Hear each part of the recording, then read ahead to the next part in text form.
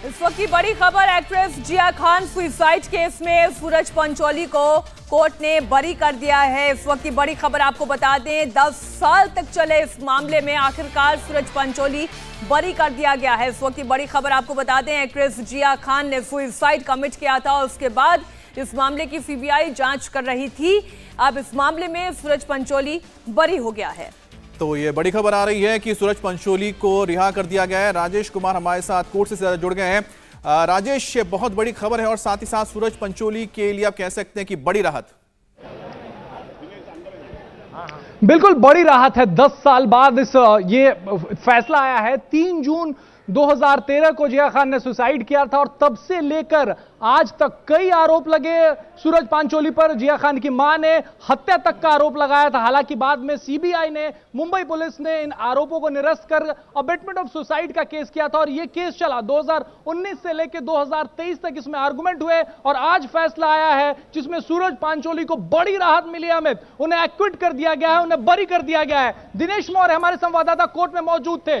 11 बजे कोर्ट बैठी, 12 बजे कोर्ट बैठी, 12:30 बजे फैसला आया। दिनेश जी देखिए, आज के इस पूरे फैसले में 3 अहम मुद्दे हैं जो सूरज पंचोली के पक्ष में गए। इस पूरे केस का जो आधार था राजेश, वो सुसाइड नोट था।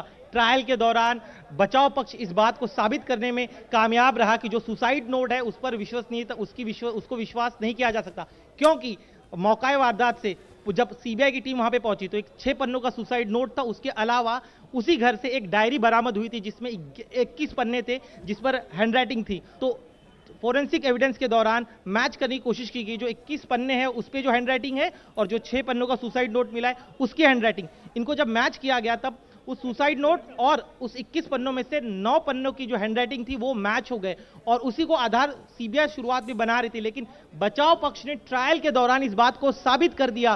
क्रॉस एग्जामिनेशन के वक्त जो मुख्य इस पूरे मामले की गवाह है राबिया, उसे क्रॉस एग्जामिनेशन के दौरान ये कबूल करवा लिया कि वो जो 21 में से 9 पन्नों की हैंडराइटिंग थी वो राबिया ने खुद ने लिखे थे। तो इस वजह से सुसाइड नोट पर सवालिया निशान खड़े। सुसाइड नोट पर सवालिया निशान शुरू से था। जो बचाव पक्ष था वो ये कहता रहा कि सुसाइड नोट जो है किसने दिया है लाकर पुलिस को, ये बात सामने नहीं आ पाई, क्योंकि जब जिया की बॉडी घर में मिली थी तब ये सुसाइड नोट बरामद नहीं हुई थी। जब पुलिस के पास मामला पहुंचा, पुलिस ने तफ्तीश शुरू की तो 5 दिन बाद ये सुसाइड नोट मिला है। तो सुसाइड नोट पहले से सवालों के घेरे में था और इसे अदालत में प्रूव किया है बचाव पक्ष ने। दूसरा क्या रहा? दूसरा सबसे अहम मुद्दा है कि जो जिया खान थी सिर्फ और सिर्फ सूरज पंचोली की वजह से डिप्रेशन में नहीं थी। बचाव पक्ष इस बात को साबित करने में कामयाब रहा कि साल 2008 से ही जो है जिया खान डिप्रेशन में थी और लगातार उनका इलाज चल रहा था। सूरज से उनकी दोस्ती हुई सितंबर 2012 में और उसके बाद जो 2013 में उनकी मौत होती, लेकिन उसके पहले से उनका इलाज चल रहा था और सूरज के अलावा भी उनके अन्य और दोस्त थे जिनके साथ उनके काफी अच्छे रिश्ते थे। तो ये कहना कि सिर्फ और सिर्फ सूरज की वजह से उन्होंने खुदकुशी की, ये सही नहीं होगा। तो आईपीसी की धारा 313 के तहत जब सूरज पंचोली का बयान इस कोर्ट के सामने दर्ज किया गया था तब भी सूरज ने यह बात कही थी कि नफीसा, जिया को नफीसा कहा करते थे, नफीसा ने यह बात बताई थी उन्हें कि वो डिप्रेशन में है, अपने फैमिली डॉक्टर के पास जाती है, डिप्रेशन का इलाज करवा रही है। साथ ही अपनी मां पर भी आरोप जो है वो नफीसा बकौल सूरज, जब उन्होंने कोर्ट में कहा था कि अपने मां के बारे में कहती थी कि मां उसे काफी प्रताड़ित किया करती थी, उसे परेशान किया करती थी, इस वजह से वो डिप्रेशन में गई थी। तो डिप्रेशन को लेकर भी सवाल उठ रहे थे कि सूरज की वजह से डिप्रेशन में नहीं गई, डिप्रेशन में जिया पहले से थी। यह बचाव पक्ष की दलील थी और इसे साबित किया है कोर्ट ने, इसे माना है। दिनेश, एक और अहम सबसे इंपॉर्टेंट चीज, जिया ने जिस समय खुदकुशी की उसके 72 घंटे पहले क्या हुआ था, ये बड़ा सवाल है। 3 जून को सुसाइड करती है जिया, लेकिन 1 जून को जिया हैदराबाद गई थी। एक प्रोजेक्ट के सिलसिले में उन्होंने ऑडिशन दिया था। उन्हें उम्मीद थी कि वो प्रोडक्ट जो ऑडिशन में वो कामयाब हो जाएंगी, वो काम उन्हें मिल जाएगा, लेकिन ऐसा हुआ नहीं। 1 तारीख वो हैदराबाद से ही ऑडिशन देकर लौट आती है। 1 तारीख 2 जून तक वो सूरज के साथ ही रहती है।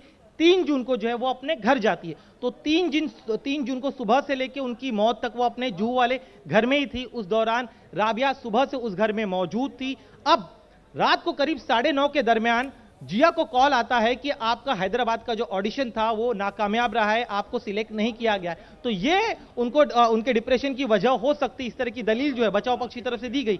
एक और अहम चीज, प्रोसिक्यूशन के तमाम दलीलों को ये बोलते हुए खारिज करने में बचाव पक्ष कामयाब रहा कि प्रोफेशनली बहुत ज्यादा डिस्टर्ब थी जिया खान। जिस कामयाबी को उन्हें उम्मीद थी वो उन्हें मिला नहीं। 2007 में उन्होंने अपना डेब्यू किया था मेगा स्टार अमिताभ बच्चन के साथ, लेकिन तब से लेकर 2013 जब उनकी मौत होती है, जितनी कामयाबी की वो उम्मीद कर रही थी वो उन्हें मिला नहीं, और ये उनके प्रोफेशनल डिप्रेशन की बहुत बड़ी वजह थी। तो वो जो एक आखिरी दिन जो है जब उन्हें कॉल आता है, उसके बाद जब वो सुसाइड करती हैं 11:30 बजे, तो उन 2 घंटों में क्या हुआ ये साबित करने में बचाव पक्ष कामयाब नहीं रहा।